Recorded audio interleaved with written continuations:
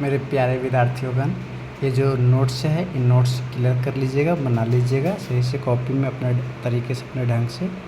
और हम बताएंगे कैसे लिखा जाता है, कैसे रिप्रेजेंटेशन दिया जाता है। ये पेज नंबर 1 हुआ, पेज नंबर ये 2 हुआ। कल हम लोकतंत्र तक आए थे पढ़ाते हुए। अब सत्ता किसे कहता, सत्ता, पावर। पावर क्या है? अब मॉन्टेस्क्यू ने सत्ता का पृथक्करण का सिद्धांत स्पिरिट ऑफ लॉज नामक पुस्तक में प्रतिपादन किया था। तो सत्ता जो है, जो इसको 3 भागों में बांटा गया है। ऐसे ही आप समझ सकते हैं। सबसे पहले कहा गया है विधायिका को, कार्यपालिका, और उसके बाद क्या है न्यायपालिका। कहेगा सत्ता जो होता है तीन जिसमें विधायिका किसे कहते हैं आएगा। विधायिका किसे कहते हैं तो कहेंगे कानून बनाने का कार्य जो करता है उसे विधायिका कहते हैं। कार्यपालिका किसे कहते हैं तो बनाए गए विधियों को संचालित करने का कार्य, यानी कानून बनाए गए विधि को संचालित करने का कार्य, यानी जो कानून बन गया उसको संचालित करवाएगा तो कौन करवाएगा? कार्यपालिका करवाएगा।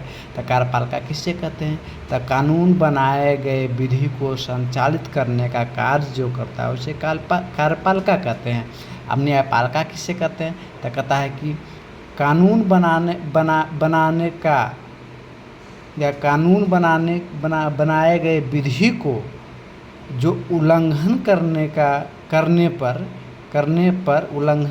पर दंड देने का प्रावधान है। जो दंड देता है, जो कानून एगो बनाता है, ये क्या करता है? संचालित करता है, यानी लागू करता है।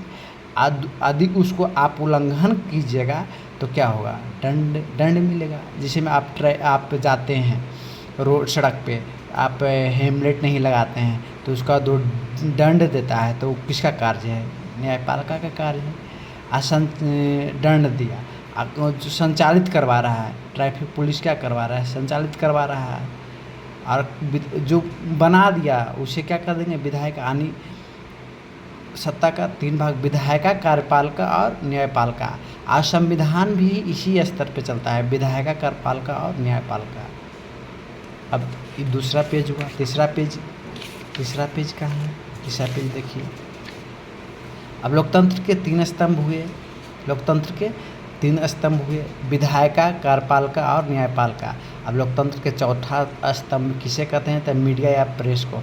अब सत्ता की सिधारी यानी सत्ता, पावर हुआ ना, पावर, सत्ता का मतलब हुआ, पावर का मतलब ही हुआ था सभी लोगों को एक साथ लेकर चलना।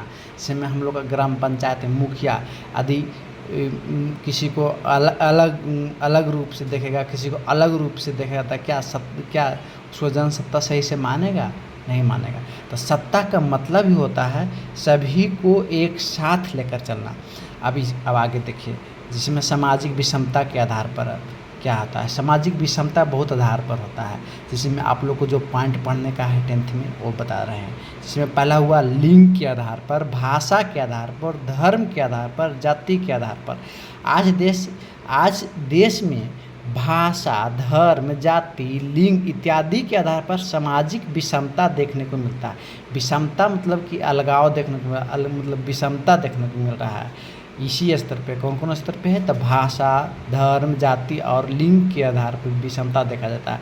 जैसे भारत हुआ, भारत का मैप बना लीजिएगा, इसी तरह से आप लोग बना लीजिएगा फ्लो चार्ट। और श्रीलंका नीचे में, तो श्रीलंका का, जैसे में श्रीलंका जो देश हुआ भाषा के आधार पर विभाजित हुआ था। जिसमें आप लोग पढ़े हैं यहाँ कि सामाजिक जो विषमता होती है किसके आधार पर होती है? भाषा के आधार पर। तो उसी तरह से श्रीलंका जो हुई है, श्रीलंका का जो विभाजित हुई किसके आधार पर? भाषा के आधार पर। तो इतना जो कलर जो पूरा है, सिंहली भाषा बोलने वाले लोग यहाँ श्रीलंका में बहुसंख्यक थे के रूप में 74% था। और यहाँ से तमिल आए थे लोग, भारत से कुछ तमिल, भारत के मैप में नीचे पड़ता है तो नीचे तमिल लोग आए थे यहाँ। तो तमिल भाषा बोलने वाला लोग कितना प्रतिशत थे?